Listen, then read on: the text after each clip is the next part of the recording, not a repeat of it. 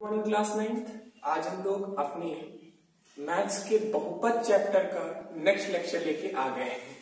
अभी तक हमने नेक्स्ट लेक्चर में हम लोग के पहले के लेक्चर्स हुए हैं तो उसमें हम लोग ने बात किया था शून्याङ्क निकालना, कोई भी मान रख के उसका कोई भी आपको मान दे दिया जाएगा उसको रख के मान निकालना, ये सब बातें हो चुकी थी। आज हम लोग मेनली कोशिश करेंगे कि हम लोग यहाँ पे बात करें दीर्घ विभाजन एल्गोरिथम का।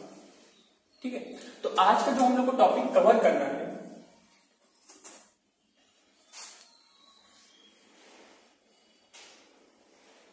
वो है दीर्घ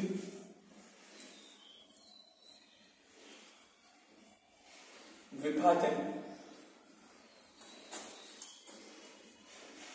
एल्गोरिथम।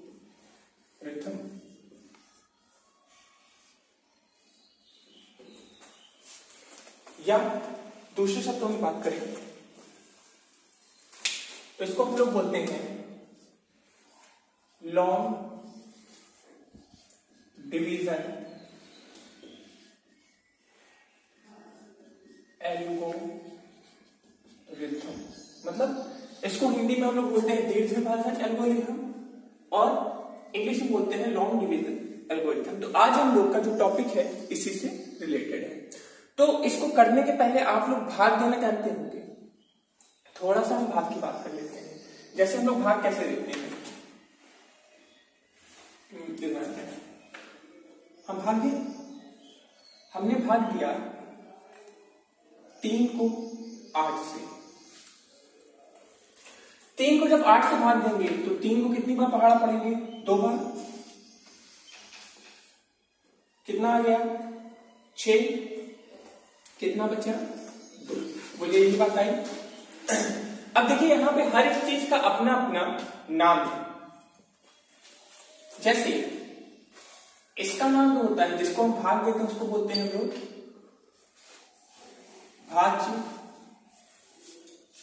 जिससे भाग करते हैं उसको बोलते हैं हम भाजक। जितनी बार गया वो क्या होगा? वो हमारा हो जाएगा भागफल। और जो बच रहा है उसे हम क्या बोलेंगे? शेषफल। तो कुल मिला के यहां 4 चीजें हैं, भाज्य, भाजक, भागफल, शेषफल। और जो हम लोग का दीर्घ विभाजन एल्गोरिथम है उसमें इन चारों का कहीं ना कहीं उपयोग आएगा, इन चारों का। इसीलिए हम लोग इसको समझ रहे हैं। अब इसको हम थोड़ा सा रूप बदल देते हैं भाग का, क्योंकि हम कर क्या रहे हैं, हम जो टॉपिक की बात कर रहे हैं वो है तो हमारा बहुपद से, तो इसको उसी रूप में बदले हम। इसको हम क्या करते हैं? बहुपद के रूप में बदल देते हैं। देखिए हमने किया क्या बच्चा, हमने यहीं पे कुछ नहीं किया, जो चीज जैसे था उसी को वैसे रख दी। यहां पे x लिख दिए, यहां पे x square plus x plus 1 लिख दिए। ठीक है, अब आप लोग क्लास 9 से पहले ऑलरेडी भाग देने के बारे में पढ़े होंगे, बट फिर भी एक बार हम देख लेते हैं। अब देखिए यहां पे x है, यहां पे x स्क्वायर है, तो क्या करें? x से गुणा x से, या एक बार काम करते हैं, जो इसका पहला पद है उसको उठा के कहीं साइड में लाते हैं। पहला पद x स्क्वायर है और इसका पहला पद है x। यहाँ पे ये अकेला ही है, x से x कर दिया, तो इसका गुणा किससे करना है? इसका गुणा x से करेंगे तब ये क्या हो जाएगा? खत्म हो जाएगा। तो इसका गुणा इससे करें, x स्क्वायर, ये खत्म, तुरंत खत्म हो गया। अब ये भी x है, ये भी x है, तो x में x इसको भी फिर लाए नीचे, x से x कट जाएगा मतलब 1। तो अब किससे करें? अब ध्यान दीजिए, अगला पद आया तो बीच में प्लस पड़ा, तो यहां पे हमने क्या लगा दिया? प्लस लगा दिया। वो चिन्ह आगे पीछे हो सकते हैं। तो x यहां पे नीचे आ गया, x से गुणा करें, ये खत्म हो गया। क्या बचा ऊपर से? 1। और आप भी जानते हैं x में 1 का कोई भी मतलब नहीं होगा, तो हमारा यहां पे भाज्य क्या हो गया? भाज्य था जो क्वेश्चन में हमने दिया था, x square plus x plus 1। जिससे भाग दिया उसे हम क्या बोलेंगे? भाजक बोलेंगे। जितनी बार गया वो हमारा कितना हुआ? भागफल हुआ। और जो बच रहा है वो हमारा क्या हुआ? शेषफल हुआ। इसको हम लोग एक और तरीके से लिख सकते हैं, कैसे?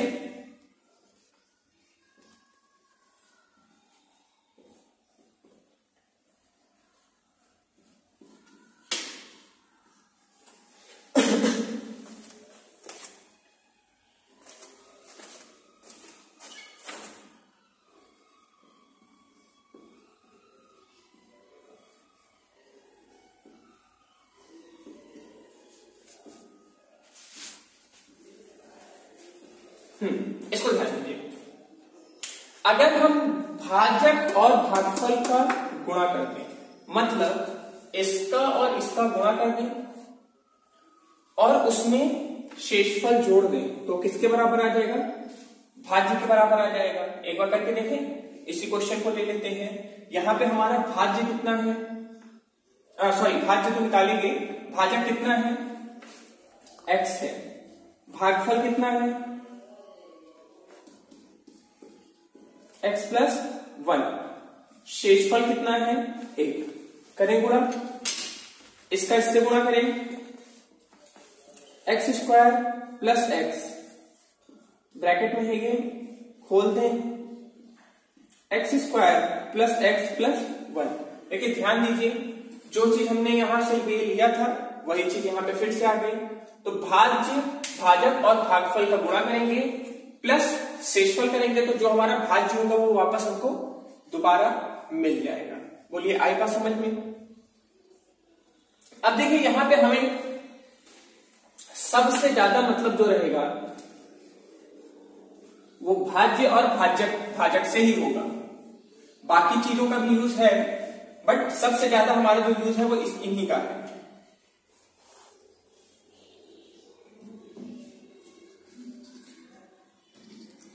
अब यहां पे एक छोटी सी हम बात कर लेते हैं। अगर शेषफल शून्य हुआ, यदि शेषफल हमारा क्या हो गया? शून्य हो गया। शून्य हो गया मतलब क्या होगा कि जो भाजक था उसने भाज्य को पूरा का पूरा काट दिया। समझिए, एक क्वेश्चन हम आपको देते हैं, क्वेश्चन से समझते हैं।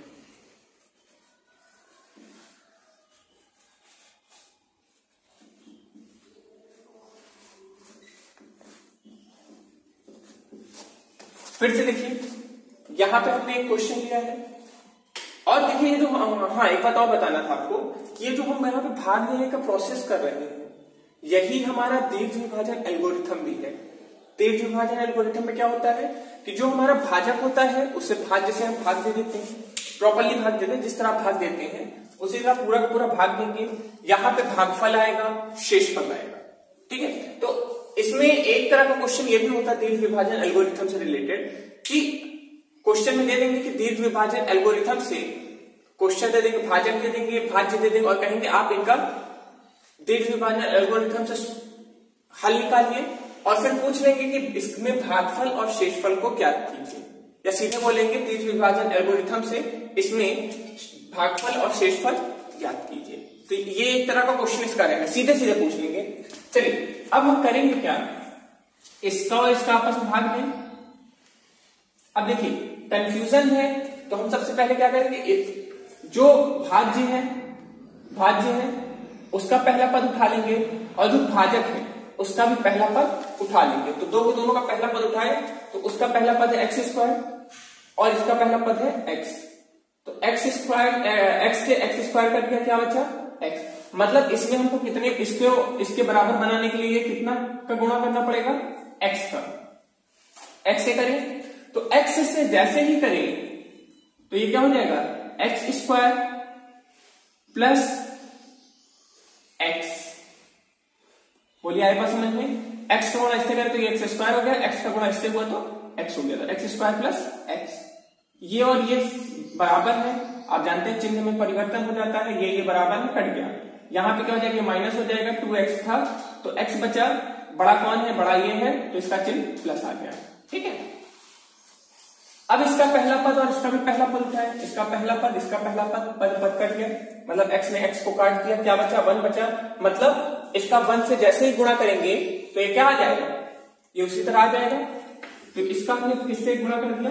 1 से, x प्लस 1 पूरा का पूरा कट गया, शेष कितना आ गया? 0 आ गया।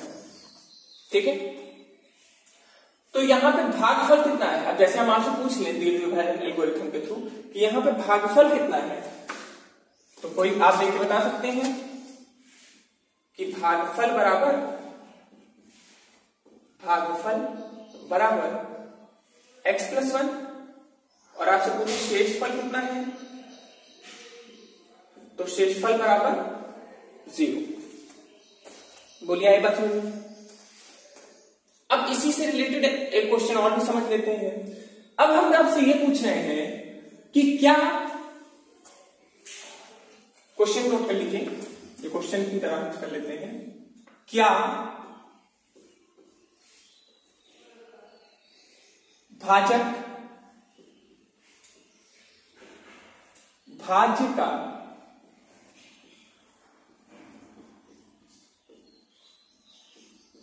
गुणांक है? अब देखिए यहां पे हम नया टॉपिक लेते हैं, गुणांक। गुणांक मतलब क्या होता है, जब भाजक भाज्य को पूरा का पूरा काट दे मतलब शेषफल हमारा कितना आ जाए, 0 आ जाए। तो अगर शेषफल हमारा 0 आ जाएगा तो हमारा भाजक जो है वो भाज्य को पूरा का पूरा काट देगा, और तब उस स्थिति में वो हमारा क्या कहलाएगा, गुणांक कहलाएगा। क्या कहलाएगा, गुणांक। यदि भाजक ने भाज्य को पूरा का पूरा काट दिया, और अगर पूरा का पूरा नहीं काट पाया तो गुणांक नहीं कह सकते। आई बात समझ में? तो ये बताइए x plus 1, x square plus 2x plus 1 का गुणांक है कि नहीं है? जाहिर सी बात है, हमारा शेषफल क्या आ गया, हमारा शेषफल जो था, हमारा शेषफल 0 आ गया। और जब हमारा शेषफल 0 आ गया मतलब ये जो है इसका गुणांक है। अगर 0 नहीं आता तो गुणांक नहीं होता। बोलो आई बात समझ में? यहां पे जितनी चीजें थी मैंने सभी टर्म्स बता दिए, इसमें कोई भी टर्म्स अब बच नहीं रहे हैं। आप भाज्य जान गए हैं जिसमें भाग देते हैं, आप भाजक जान गए हैं जिससे भाग देते हैं, आप भागफल जानते हैं कि जो इधर पावर आता है, जो लिखा जाता है उसके सहायता से इसको काटता है, और शेषफल मतलब अंत में एकदम लास्ट में जो आंसर आता है या जो भी बचता है, 0 भी आ सकता है, कुछ भी आ सकता है, तो वो हमारा क्या कहलाएगा, शेषफल कहलाएगा। बात आई समझ में? तो हमें यहाँ पे इतनी ही चीजों की बात करनी है, यहाँ पे और कोई नई चीज नहीं आने वाली है। अब दीर्घ विभाजन एल्गोरिथम से रिलेटेड कुछ क्वेश्चन कर लेते हैं।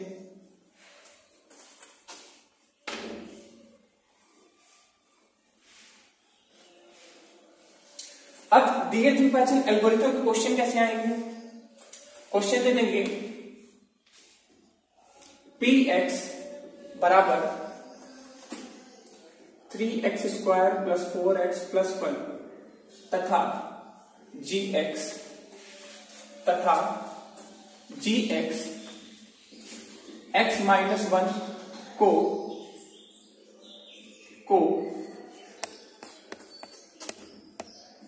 दीर्घ विभाजन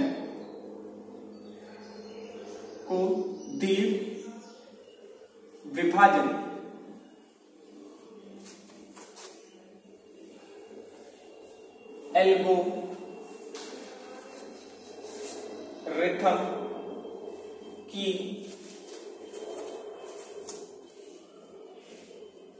सहायता से हल कीजिए। चलिए ध्यान दीजिए क्वेश्चन को। हमें क्वेश्चन दे दिया गया है px 3x square plus 4x plus 1 तथा dx x माइनस 1 को दीर्घ विभाजन एल्गोरिथम की सहायता से क्या करना है, हमको हल करना है, सॉल्व करना है। ठीक है। अब देखिए दीर्घ विभाजन एल्गोरिथम जो है वो बहुत बड़ा कुछ नहीं है, उसमें नॉर्मली बस हमको भाग देते चले जाना है। हमको सबसे इंपॉर्टेंट ये है, सबसे ज्यादा हमारे लिए इंपॉर्टेंट ये है कि हमें भाज्य और भाजक समझना है। तो इसके लिए एक बात समझ लीजिए कि जिस बहुपद का मान ज्यादा होगा, वो हमारा भाजक होगा, और जिसका मान कम होगा वो हमारा भाज्य होगा। ठीक है। तो आप भी देख के बता सकते हैं कि इसका जो घात है 2 है तो ये हमारा भाज्य हो जाएगा, इसका घात 1 है, ये हमारा भाजक हो जाएगा। बोलिए आई बात समझ में? अब हम इसको सॉल्व करना बच्चा शुरू करते हैं। क्वेश्चन नोट हो गया?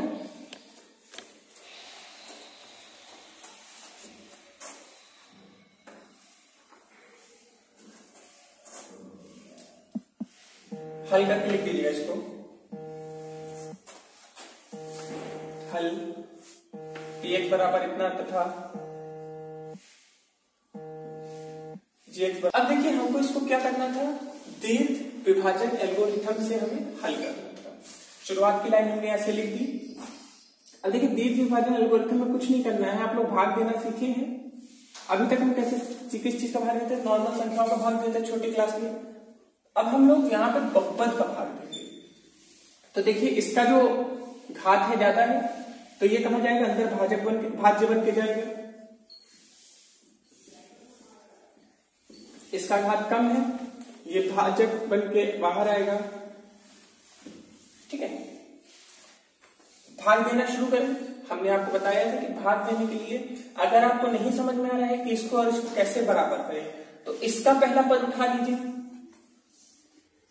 और इसका पहला पद, मतलब भाज्य का पहला पद उठाइए। पहला पद इसका यहाँ पे ये है क्योंकि दो, हम यहाँ पे देखिए दो पद है तो यहाँ से भी दो ही पद उतरेंगे। तो जो पद, दो पद में जो पहला पद होगा, बड़ा पद होगा, उसको उठाएंगे। ठीक है, हो सकता है देखिए ये क्वेश्चन ऐसे भी दे सकता है, आपको दे दिया गया ऐसे -1 प्लस एक्स, तो इसमें आपको परेशान नहीं होना है, आपको हमेशा इसको मानक रूप में लिखना है। मानक रूप में समझते हैं, मतलब बढ़ते हुए घात से कम घात में। ठीक है, बढ़ते हुए घात से कम घात में मतलब सबसे अधिक घात, फिर कम, फिर उससे कम, फिर उससे कम। ठीक है, इस तरह से लिखेंगे। तो अब देखिए हमने इसके सब पहले पद को उठा लिया और इसके भी पहले पद को उठा लिया, इससे इसको काट दिए, क्या बचा 3x बचा, 3x आया। अब इसका 3x से गुणा कर दीजिए।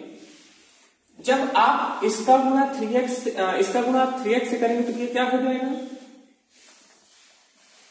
3x स्क्वायर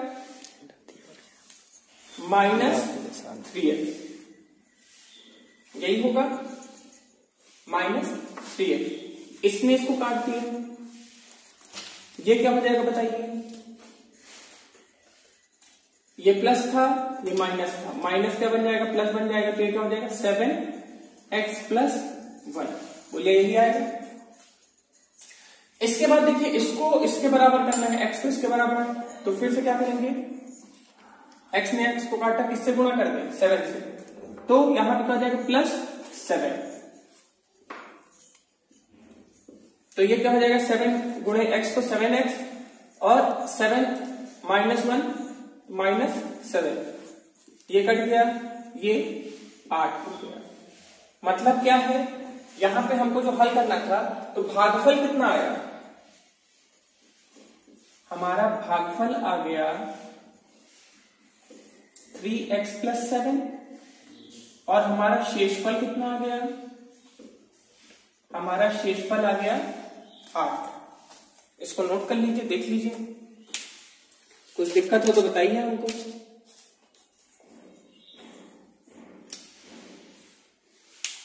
हो गया। अब देखिए हम लोग अपना अगला क्वेश्चन करेंगे।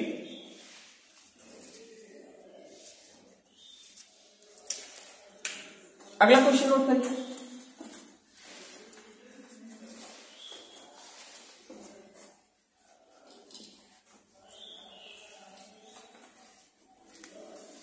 क्वेश्चन है हमारा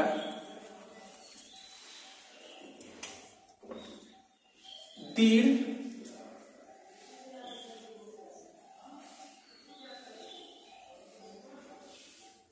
विभाजन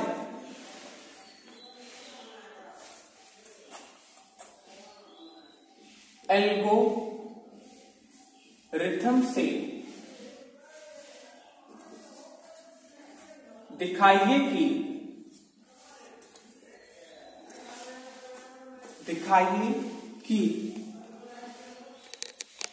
qx px का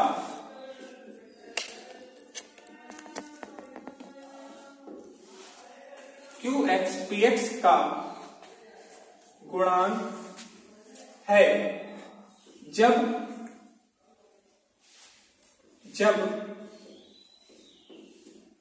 px बराबर, थोड़ी देर के लिए मान लेते क्या कौन सी संख्या लेंगे,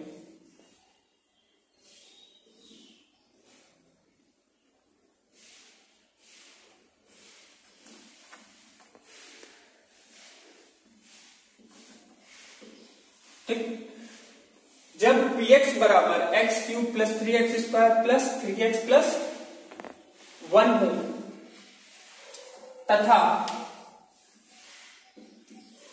qx बराबर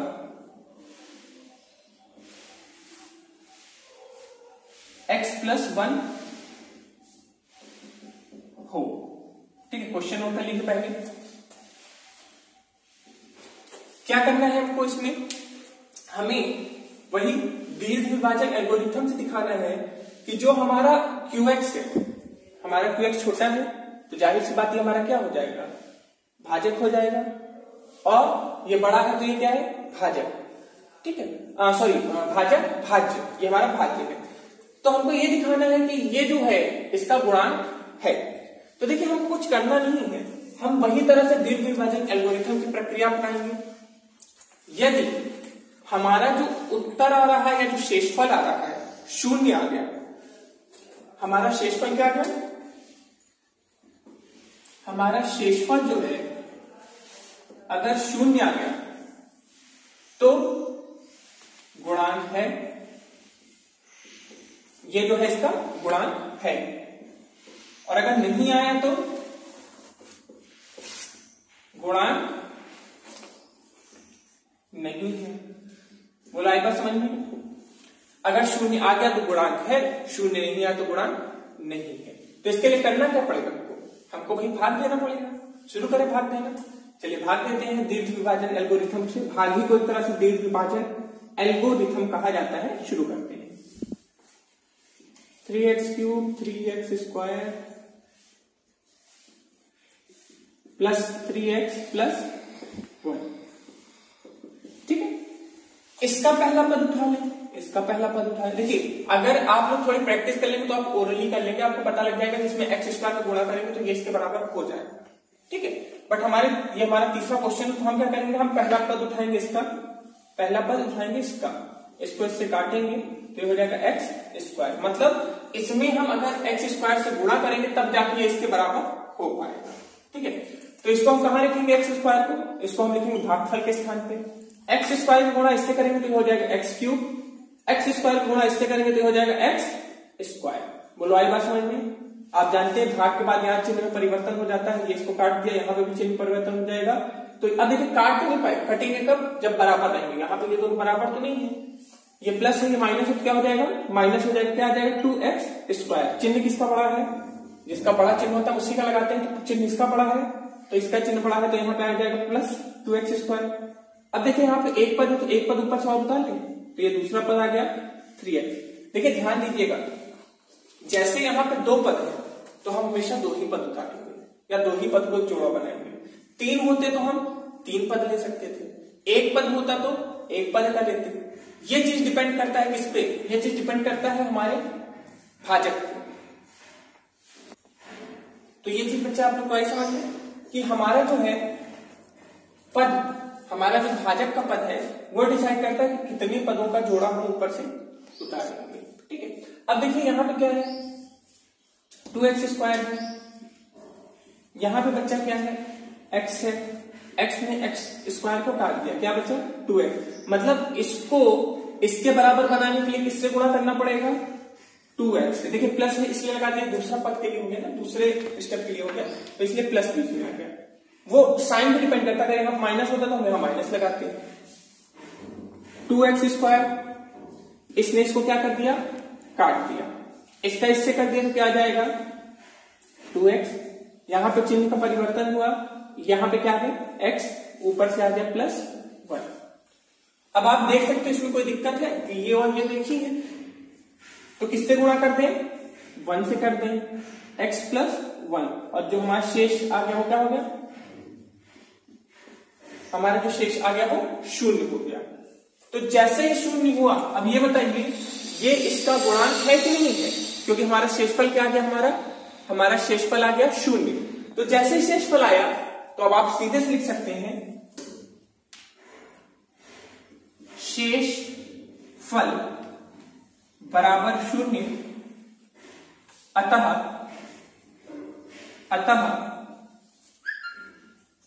qx px का गुणांक होगा। ठीक है, या इसको ऐसे भी आप लिख सकते हो, अतः x plus 1 x cube plus 3x square plus 3x plus 1 का गुणांक होगा। बोलो, आई बात समझ में? हो गया? तो बच्चा ये समझिए, यहां पे हमारा जो दीर्घ विभाजन एल्गोरिथम से जो भी क्वेश्चंस थे वो यहां पे खत्म हो रहे हैं। अब हम आगे क्या पढ़ेंगे? अब आगे जो हमको पढ़ना है या जो अगले लेक्चर में हम पढ़ेंगे वो है हमारा शेषफल। शेषफल एल्गोरिथम बोल लीजिए। शेषफल एल्गोरिथम भी इसी तरह है, इससे ज्यादा आसान है। तो आपको होगा क्या, देखिए ये सब चीजें इसलिए सिखाई जा रही है, कई बार क्या होता है क्वेश्चन में बोल दिया जाता है कि इसको सॉल्व करिए किस विधि से, दीर्घ विभाजन एल्गोरिथम से। इसको सॉल्व करिए किससे? शेषफल एल्गोरिथम से। तो आपको नंबर तभी मिलेगा जब आप उस एल्गोरिथम से सॉल्व करेंगे। आपको बोला कुछ जाए और आप किसी दूसरे मेथड से करिए, देखिए आंसर तो सेम आएगा, लेकिन आपने उस प्रोसेस को तो नहीं अप्लाई किया, तो आपका उसमें नंबर क्या हो जाएगा? एग्जामिनर पूरा नंबर आपको काट के वहां पे 0 दे देगा, अंडा दे देगा। आएगा समझ में? तो आज हम आप लोग से यही रेस्ट चाहेंगे। नेक्स्ट लेक्चर मिलेंगे जिसमें हम लोग बात करेंगे शेषफल एल्गोरिथम।